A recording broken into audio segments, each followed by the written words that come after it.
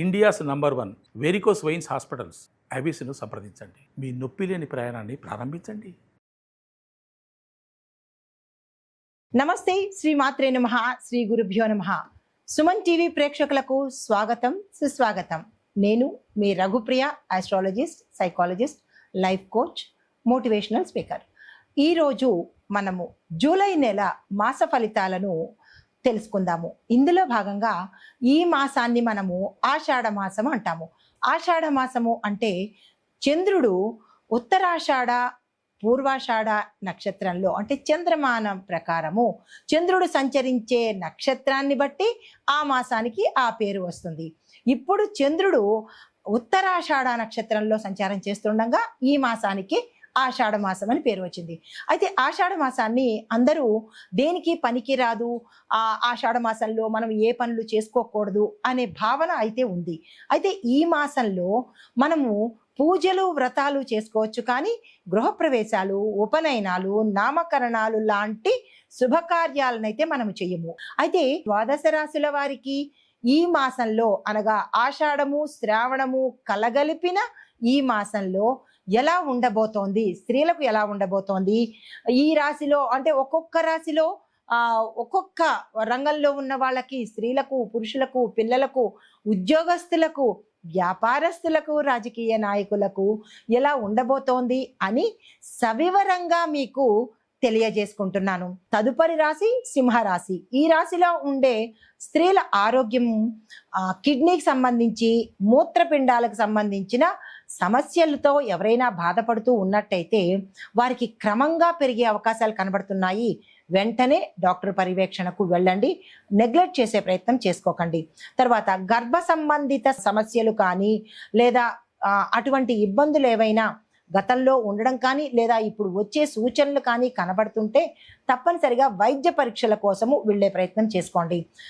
దీంతో పాటు 40 సంవత్సరాలు పైబడిన మహిళలకు హార్మోన్ టెస్టులు చేయించుకున్నట్టయితే కొంచెం అసమతుల్యత అంటే ఇంబ్యాలెన్స్గా ఉండడము, ప్రాపర్గా లేకపోవడము జరిగే సూచనలు మన గ్రహ స్థితిగతుల మీద మన ఆరోగ్యం ఉంటుంది. కాబట్టి ఈ రాశిలో ఉండే స్త్రీలకు ఇలాంటి ఇబ్బందులు ఇక్కడ గోచరిస్తున్నాయి.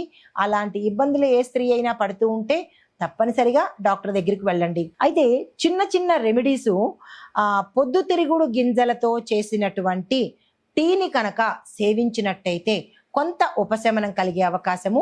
దీంతో పాటుగా చింతపండు నీరును తరచూ తీసుకోవడం వల్ల, చింతపండులో ఉప్పు కానీ లేదా పంచదార కానీ బెల్లం కానీ కలిపి ఆ నీరుని కనుక తీసుకున్నట్టయితే వాంతులు తగ్గడము లేదా తల తిరుగుతున్నట్టు ఉండడము, ఇవన్నీ సాంప్రదాయక చిట్కాలే తప్ప ఇది నాటు వైద్యం కాదు. మన ఇంట్లో మన అమ్మమ్మలు, నాయనమ్మలు చెప్పిన చిట్కాలే ఇవన్నీ. కాబట్టి దీని గురించి భయపడాల్సిన పని లేదు. అయితే ధ్యాన సమయంలో మంత్రాన్ని, ఏదైనా ఒక మంత్రాన్ని తీసుకొని ఒక 5 నిమిషాలో లేదా అర నిమిషమో లేదా 2.5 నిమిషాలో మీ శక్తి కొద్దీ కనుక కొంత సమయంలో ధ్యానంలో కూర్చున్నట్టయితే కనుక హార్మోన్ బ్యాలెన్స్ అయ్యే అవకాశం కనబడుతోంది. ఈ ప్రయత్నాలు చేసుకున్నట్టయితే స్త్రీల యొక్క ఆరోగ్యం మరింత మంచిగా ఉండే అవకాశం ఉంది. తర్వాత విద్యార్థులకు చూసుకున్నట్టయితే ఎంట్రన్స్ పరీక్షలు, వృత్తిపరమైన టెస్టులకు ఈ సమయము అనుకూలము. కాబట్టి ఏ విద్యార్థులైనా ఎంట్రన్స్ ఎగ్జామ్స్ రాయాలన్నా లేదా మీరు మెడిసిన్, లా, ఇంజనీరింగ్, డెంటల్ ఇలాగ ఏదైనా వృత్తిపరమైన పరీక్షలు రాయాలనుకున్నా దానికి ఈ సమయము చాలా చక్కగా ఉండబోతోంది. ఆ ప్రయత్నం చేసుకోండి.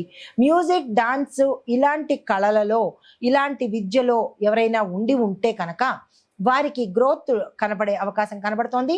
విపరీతమైన అవకాశాలు కూడా మీకు వచ్చే దిశ కనబడుతోంది. అలాంటి స్టూడెంట్స్ ఉంటే కనుక దానికి సంబంధించిన ప్రయత్నాలు కానీ లేదా ప్రణాళికలు కానీ మీ పెద్దవాళ్ళ సహాయ సహకారాలు కానీ తీసుకునే ప్రయత్నం చేసుకోండి. తర్వాత ఉద్యోగస్తులకు తీసుకున్నట్టయితే కనుక అధికారంలో ఉన్న ఉద్యోగులకు, అంటే హై క్యాడర్లో ఉన్న ఉద్యోగస్తులకు బాధ్యతలు పెరిగే అవకాశంతో పాటుగా మహిళా అధికారులకు, అంటే లేడీస్ ఎవరైతే క్యాడర్లో, హై ఎండ్ క్యాడర్లో ఉన్నారో, మేనేజరు, హై ఎండ్ మేనేజర్స్, ఇలా పెద్ద కీలకమైన పోస్టులో ఉండే లేడీస్కి కూడా కొత్త శాఖలు ఇచ్చే అవకాశము, అంటే బ్రాంచ్ నుంచి వేరే బ్రాంచ్కి మార్చే అవకాశాలు కనబడుతున్నాయి. వ్యాపారస్తులకు చూసుకున్నట్టయితే కనుక బిజినెస్ ప్రమోషన్స్, ఆన్లైన్ వ్యాపారాలు అభివృద్ధిలోకి వచ్చే అవకాశం కనబడుతోంది. మీ యొక్క ప్రోడక్ట్స్ కానీ ఉత్పత్తులు కానీ ఏవైనా ఆన్లైన్లో పెట్టాలనుకుంటే ఇది కరెక్ట్ సమయము. మితమైన ఖర్చులు చేసుకోండి, ఖర్చులు పెరిగే అవకాశం కనబడుతోంది. దీంతో పాటు లాజిస్టిక్ వల్ల లాభ శాతం పెరిగే అవకాశం ఉంది, ఆ దిశగా ప్రయత్నం చేసుకోండి. వ్యవసాయదారులకు చూసుకున్నట్టయితే కనుక ఉద్యోగుల మీద ఆధారపడే, అంటే మీ కింద పనివారుల మీద ఆధారపడే పనులను కొద్దిగా తగ్గించుకునే ప్రయత్నం చేసుకోండి. ఎరువుల ధరల విషయంలో పెరుగుదల కనబడుతోంది. దానికి ఆందోళన చెందకుండా ఎక్కడ ఖర్చు తగ్గించుకోవాలి, ఏది అవసరము అనేది బ్యాలెన్స్ చేసుకుంటూ పెట్టవలసి వస్తే కనుక ఎరువులు అవసరము అనుకుంటే ధర పెట్టైనా మంచి ఎరువులు తీసుకునే ప్రయత్నం చేసుకోండి. రాజకీయ పరంగా చూసుకున్నట్టయితే కొత్త మహిళా నాయకులకు ఇది చాలా మంచి సమయము. ఎవరైనా కొత్తగా లేడీసు రాజకీయంలోకి రావాలనుకుంటే ఇది చాలా అనుకూలమైన సమయము, తప్పనిసరిగా వచ్చే ప్రయత్నం చేసుకోండి.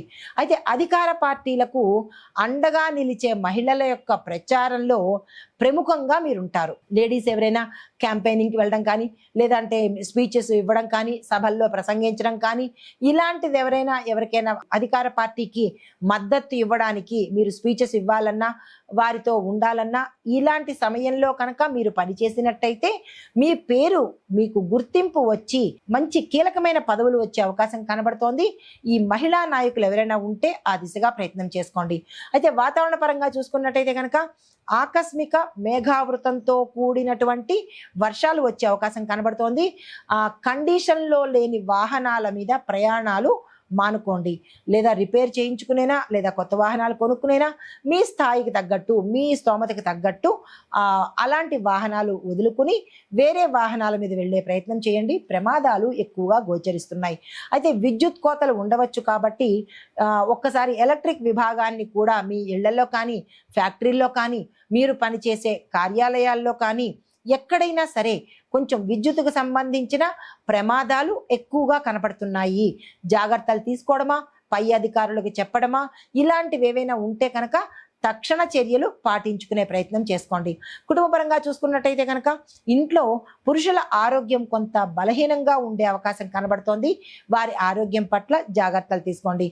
పెద్దవారి సూచనలు పట్టించుకొని కుటుంబాల్లో అంటే కలహాలు ఏర్పడే అవకాశం ఉంది. పెద్దవాళ్ళని నిర్లక్ష్యం చేయకుండా వారి యొక్క సలహాలతో ఆ యొక్క సమస్యలను తగ్గించుకునే ప్రయత్నం చేసుకోండి. మీకు చెప్పదగిన పరిహారము ఆదివారం రోజు, అంటే మనకి ఈ మాసంలో ఆదివారము 4 ఆదివారాలు 5 ఆదివారాలు వస్తాయి కదా, ఈ ఆదివారాలలో సూర్య భగవానుడికి రాగి పాత్రలో కానీ ఇత్తడి పాత్రలో కానీ స్వామివారికి అభిషేకం చేసుకునే ప్రయత్నం చేసుకోండి. అభిషేకం అనగా అర్ఘ్యం ఇవ్వడం అనమాట. ఆ అర్ఘ్యం ఇచ్చే ప్రయత్నం ప్రతి ఒక్కళ్ళు చేసుకోండి. అయితే మీకు ఒక చిన్ని మంత్రాన్ని ఇస్తున్నాను.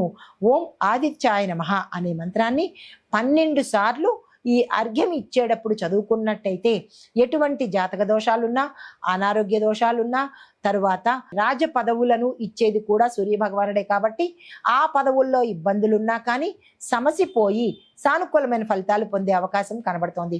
దీంతో పాటుగా మరి ఒక చిన్న పరిహారము, ఎర్రని పళ్ళెంలో అనగా రాగి పళ్ళెంలో గోధుమలు బెల్లము కలిపిన ఒక పదార్థాన్ని ఎవరైనా పేదవాళ్లకు కనుక దానంగా ఇచ్చినట్టయితే విశేషమైన ఫలితాలు పొందుతారు.